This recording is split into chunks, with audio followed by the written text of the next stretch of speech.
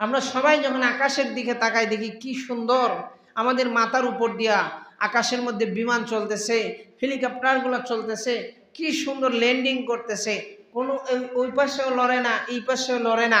যদি একটু এই পাশ থেকে এই পাশ চলা যায় তাহলেই দুর্ঘটনা ঘটে যায়।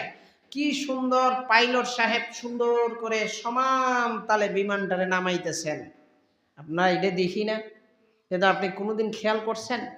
আমাদের বাড়ির মধ্যে যে রাজা হাঁস আছে, আমাদের বাড়ির মধ্যে যে চীনা হাঁস আছে, বিভিন্ন হাঁস আছে, বন্ধের মধ্যে যে বিভিন্ন পাখি আছে, ওই পাখিগুলা যখন নামে আকাশ থেকে, এই যে দেখবেন চিল যখন আপনার আক্রমণ করতে যায়, চিল দেখছেন না? চিল যখন মাছ ধরতে যায়, মাছরাঙ্গা পাখি যখন মাছ ধরতে যায়, এত সূক্ষ্মভাবে তারা আক্রমণ করে, এত সূক্ষ্মভাবে ল্যান্ডিং করে, একটু এদিক যায় না, একটু এদিক যায় না। আপনি এই বিজ্ঞানের যুগে আইসা চিন্তা কইরা দেখেন তো, এই যে বিমান উড়োজাহাজ যাই বলেন, এগুলা এত সুন্দর কইরা যাইতেছে, এগুলার উৎসটা কোথায়?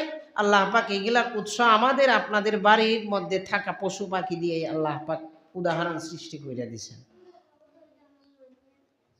তারপরে দেখেন, এই যে আমরা রকেট রকেট বলেন, কিংবা এখন যে মিডিয়ার যুগ আসছে, বিভিন্ন প্রযুক্তির ভালো ভালো ক্যামেরা আছে, গিম্বেল, অনেকে বুঝবেন না যে জিনিসটা দিয়ে ধইরা ভিডিও করা হয় ওইটাকে বলা হয় গিম্বেল।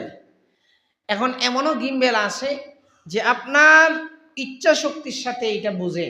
আপনি যদি এই যে ধরেন মোবাইলটা রেকর্ড হইতেছে, গিম্বেল এমনও আছে, আমি যখন ইশারা করব তুমি আমার দিকে তাকাও, ক্যামেরাটা অটোমেটিক আমার দিকে থাকাবে। আমি যখন এইটাকে বলবো তুমি দক্ষিণ দিকে যাও, তখন সে দক্ষিণ দিকে যাবে। তার মানে বোঝা যাচ্ছে সে আমার কথা শুনতেছে। আল্লাহ পাক রব্বুল আলামিন এই 2025-এর মধ্যে এসে আমাদেরকে এইটা দেখাইলেন যে উন্নত প্রযুক্তির বিভিন্ন ক্যামেরা আছে যেগুলো একটু নড়াচড়া করে না। আপনার শরীর নড়তে পারে কিন্তু ক্যামেরা লড়ে না। আমি এইটা দিকে আশ্চর্য হইতে পারি যে আর এইটা কিভাবে সম্ভব, কিন্তু কোনোদিন আপনি আমি মোরগের মাথার দিকে তাকায় দেখি নাই। মোরগের মাথা আপনি দেখেন একদিন চেক করিয়া, এখন আবার মোরগরে কষ্ট দিয়েন না। মোরগ এমন একটা জিনিস, এমন একটা পশু, এইটার নিয়ে যদি আপনি এইভাবে ধরে দৌড় দেন, দেখবেন শরীর লড়বো কিন্তু মাথা লড়বো না। খেয়াল করে দেখেন, আমরা এগুলো দেখি তো, এগুলা দেখারও কারণ আছে। এগুলা দেখলে রবের নিয়ামত সম্পর্কে অবগত হওয়া যায়।